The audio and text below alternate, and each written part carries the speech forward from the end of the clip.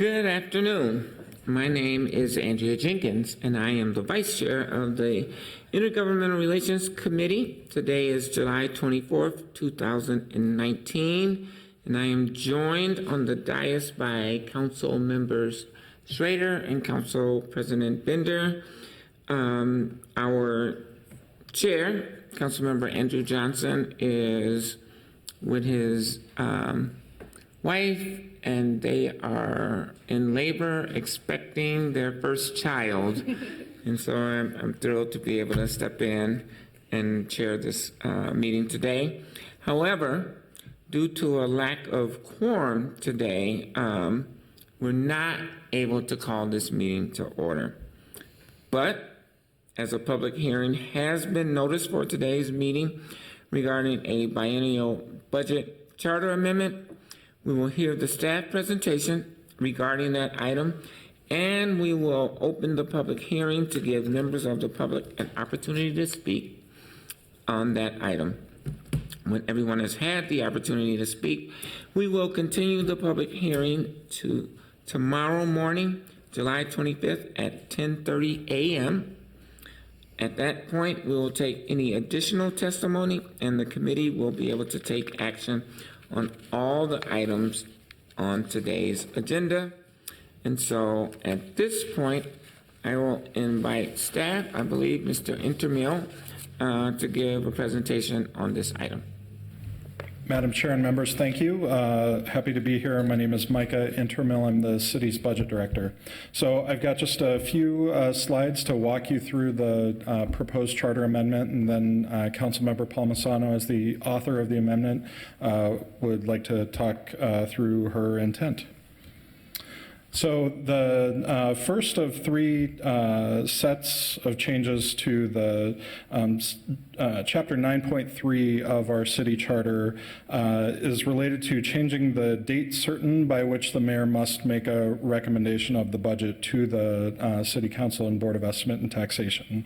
So under current language, that recommendation must happen by August 15th, and you see that bolded on the left side of the slide here. The proposed change is to move that rather than having a specific date in the charter to say at least 30 days before the time set by general law for the certification of a maximum property tax levy. And that is really bringing the charter back in line with how the timeline and as things existed a few iterations of the charter ago. The state legislature used to require that cities certify their maximum property tax levy by September 15th. They later changed that to September 30th, and so this is just keeping that 30-day period, and if the state at a later date changes the date for certification, then the charter would still be in line. And then the second clause here in the sentence is, or by whatever later date the city council sets by a 2/3 vote. That's intended to be responsive to concerns that, in the last 10 years or so, there have been various emergent situations that have occurred over a summer that have delayed a mayor's budget release. And so this is saying that if the city council agrees that the emergent situation is an emergency, then the submission may be delayed. The second recommendation is to clarify the level of detail required in that recommended budget. And this relates to some discussion that was had after the delivery of the 2018 recommended budget at the end of 2017.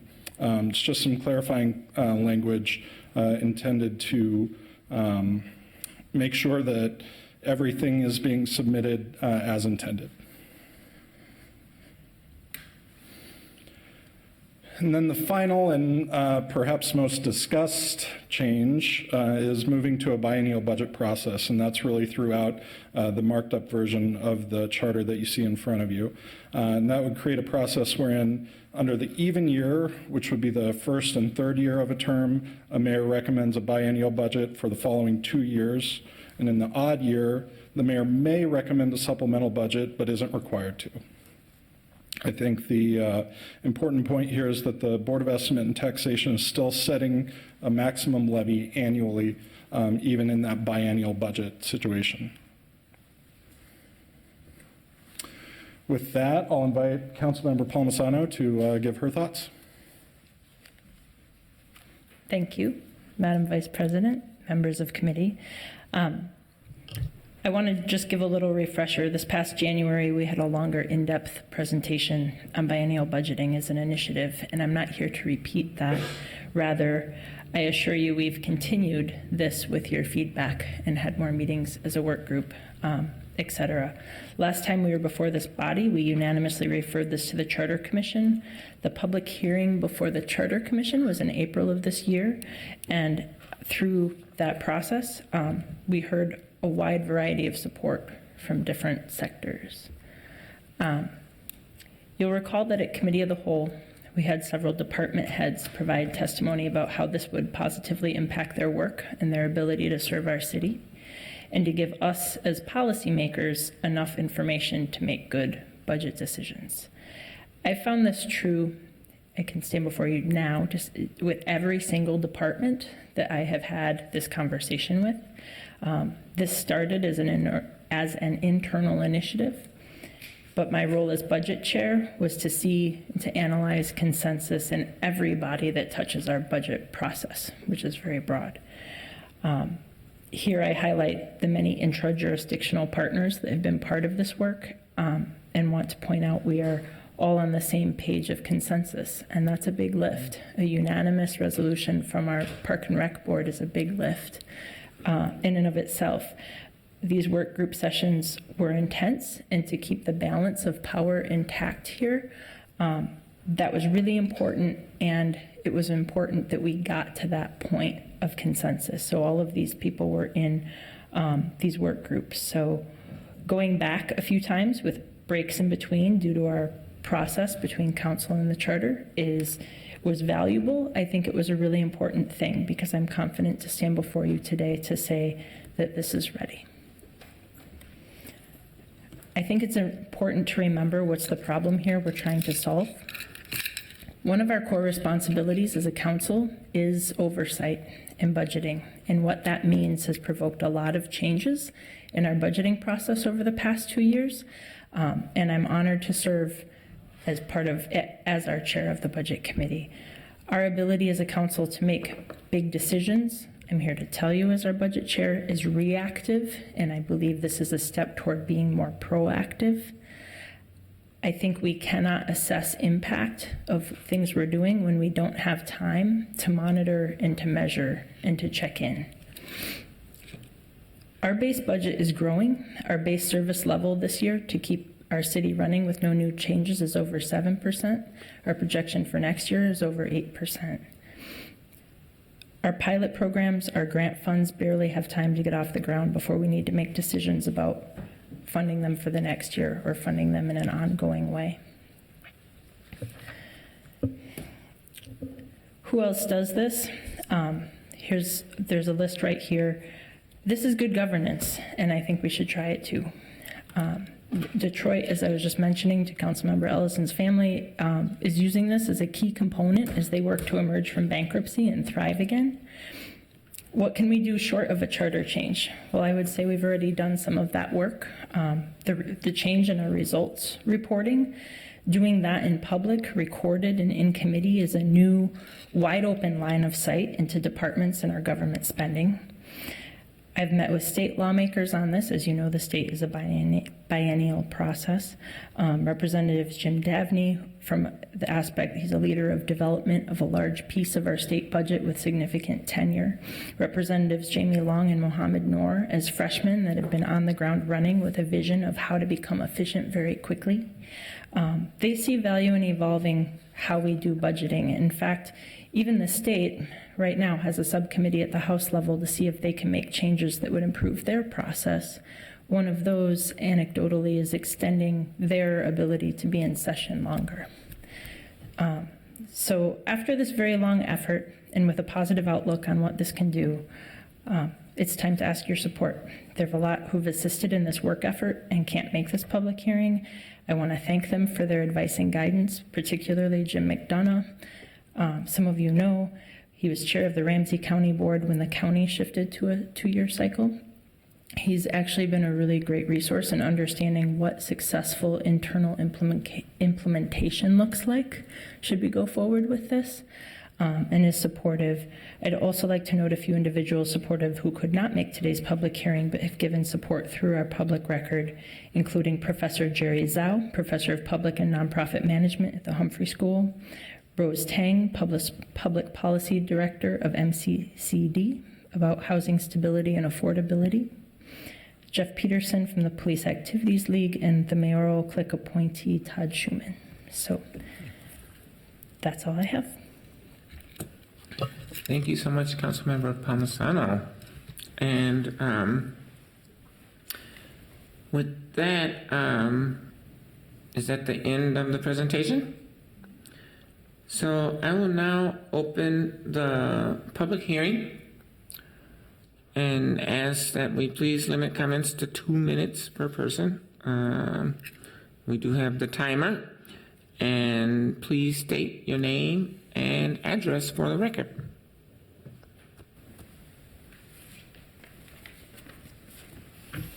Madam Vice Chair and Council President and Mr. Schroeder. For the record, my name is Jay Kudrowski. I'm a senior fellow at the Humphrey School at the University of Minnesota, and I'm speaking today on my personal views, not the Humphrey School or the University of Minnesota. Good afternoon. For background, I was actually the budget director of the city of Minneapolis from 78 to 1982. I was also the commissioner, the budget director of the state, and ultimately the commissioner of finance for the state of Minnesota from 83 to 87. I also chaired the State Budget Trend Study Commission in 2008, and I have been teaching budget analysis at the Humphrey School for graduate students for over 10 years now. I've also been a resident of the city of Minneapolis since 1967, so I've had an opportunity to view the budget process from the point of view as a citizen as well. Let me give you a couple points that I think are really important. The biennial budget works exceedingly well at the state level. I've done both the annual budget and the biennial budget, and the biennial budget ends up being far more thoughtful. People spend more time thinking about what's going on. They have more time to work on it. Second point is that there's less busy work. Proposing a budget less busy work by the departments, by the budget office compiling the budgets, mayor and council time in reviewing the annual budgets. All of that is almost cut in half when you go to a biennial budget process. What the state does, you could also think about, and that's working on the capital budget in the operating budget year. The state of Minnesota spends a lot of time on the capital budget, and it's a good way to free up that time to do that. Further, the budget could still be revised in the off year. Just because you're not doing the budget annually doesn't mean you can't make necessary changes in the off year. The state of Minnesota, the governor actually proposes changes midterm or mid-cycle, and you could do the same here. And the last point is really that it leaves the council, the mayor, and city departments far more time to look into things in greater detail, to do more of a programmatic look rather than a simple fiscal look. And I think it would be a very smart idea for the city to move to an annual or biennial budget process. And I'd stand for any questions you might have. Any questions? I want to thank you, Jay. Would you be, you identified point number 2 as being Less busy work. less busy work. Would you be okay if I frame that as more efficient? Yes. All right. Thank you.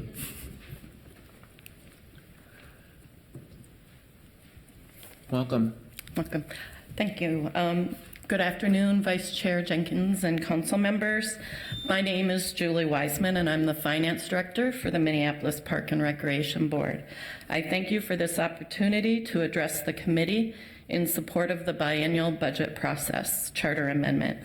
The Minneapolis Park and Recreation Board has worked closely with the city in the development of this charter amendment, and on March 6th of 2019, the Board of Commissioners, through resolution, expressed their official support for an amendment to the Minneapolis City Charter to establish a biennial budget process. The Minneapolis Park and Recreation Board views the biennial budget process as a positive change that would allow for more in-depth planning, greater program oversight and evaluation, and enhanced opportunities for public input. Thank you. Thank you, Ms. Wiseman. Are there any other public comments? Good afternoon, Vice President Jenkins and Commissioners. I support the biennial budget. My name is Carrie Jo Felder. I'm the school board member for District 2 in North Minneapolis, and I can only see us slowing down on the process and engaging the community as a positive note. As you know, the Minneapolis Public Schools has been going through a budget deficit for a little while, and so I can only see us making those relationships and connections with the park board, with the city, and with the county deeper, and making sure that our children are not as negatively impacted as they have been. Also, being someone who has lived 6 people in a 1-bedroom apartment, and I've been on welfare, and my family's been on Section 8, which eventually drove my mother and father apart, right? They say it's a cliche, but it's real. Having this time to sit down and really think about how we can fix the issues that we have with the budget that we have, I think would be a lot more meaningful. And that's when we can really start to attack the policies that may need to change, because that's the busy work time is really the policy work that needs to happen in order to make it a positive Minneapolis for everyone. So I support it. Thank you very much. Thank you, Commissioner Feldman. That's a really interesting human angle to this sort of technical shift in how we budget across our city. Are there any other comments? Public testimony? Seeing none, I will move to close the public hearing. No. Oh, I'm sorry. I will move to continue the public hearing until tomorrow, July 25th at 10:30 a.m. And I have the council president in queue. Thank you, Madam Chair. I wonder if maybe either the clerk's office or staff can just make very clear what the intention is for tomorrow's council meeting, just given the small number of council members that are here and today and the continuation and all that.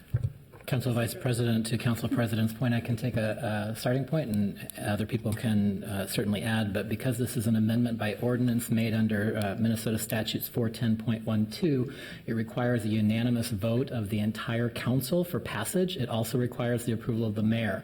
There are strict timelines dictated by statute which determine how long we have to act once the Charter Commission has passed that proposal back to the council, which means that the public hearing process must be completed by August 2nd. The statute dictates that after the hearing is closed, the council has 1 month in which to act on that proposal, which means the final date to act would be Friday, August 23rd.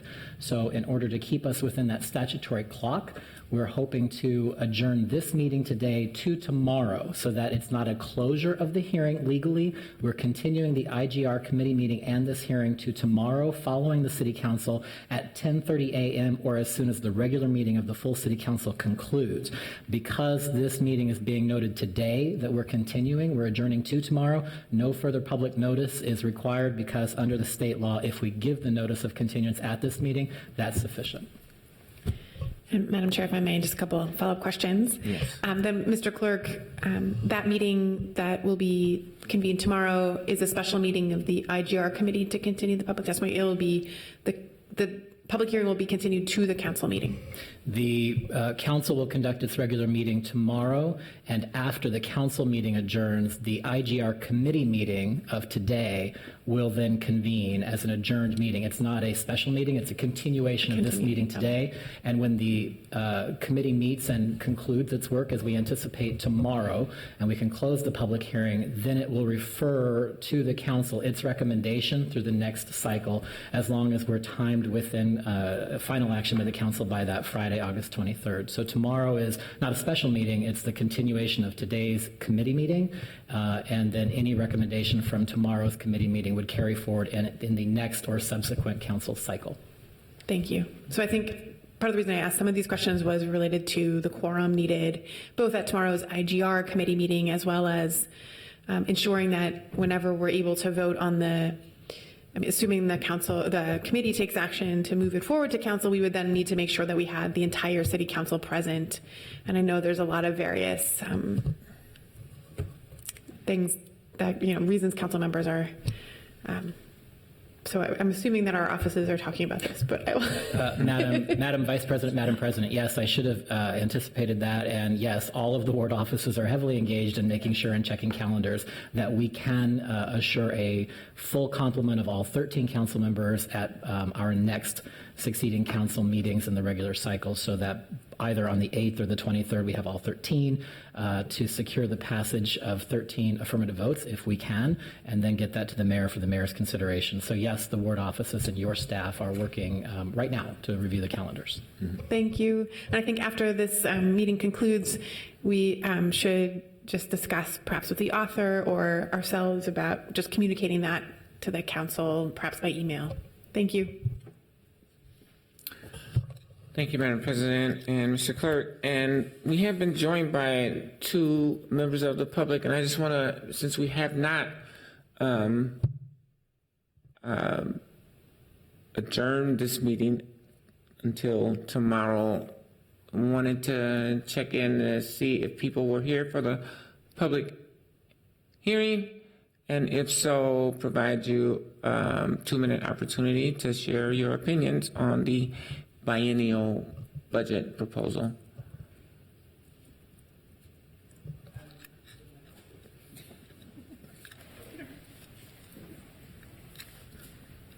And please state your name and address for the record.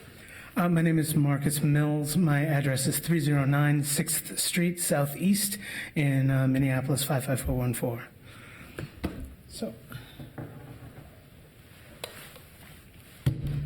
just keeps me more balanced. As I mentioned, I'm Marcus Mills. Today, as many people have known, I've been charged to speak for many different organizations in the past. Today, this is just my opinion, so I want to make that clear. I wanted to say that having had several conversations with staff and council members on this particular issue, I wanted to state my general support for the idea of biennial budgeting. The concepts, as I understand them, that I think are worthwhile to consider in this process is that it gives staff and the city council and various departments the ability to kind of study what's working, what isn't, the processes that need to be revised and rethought, get a handle on things that may have been going on long past their process. I've actually learned about something that I like to refer to as zombie money, which is just the idea of allocated monies created that are dedicated ongoing to projects that we've forgotten that may not exist any longer. It happens from time to time, and it's something that I think if people had a more regular hand on, would see this as a worthwhile thing to give folks a chance to go back and check on those kinds of things. If people are looking for, in several of the budget conversations earlier, people are looking for tax relief. If you were looking for a way to do that, finding that zombie money and putting it where money needs to go, means we don't have to allocate more. So there's one option that I see. The one trepidation that I think we should consider is that the supplemental capabilities for when we need different budget allocations on the fly, we need to make sure that the public is as notified about those concepts as anything else. Other than that, I think that because these ideas are the kind of thing that a person like myself who has been involved in a lot of these processes barely knew about some of these things, it's a worthwhile council process to go ahead and put forward. And I'll leave my comments at that. Thank you very much. Have a good day. Thank you so much, Mr. Mills. Are there any other members of the public that would like to testify on this item? Seeing none, I will move to adjourn this meeting until tomorrow, July 25th at 10:30 a.m. All those in favor indicate by saying aye. Any opposed? And with that, we are adjourned.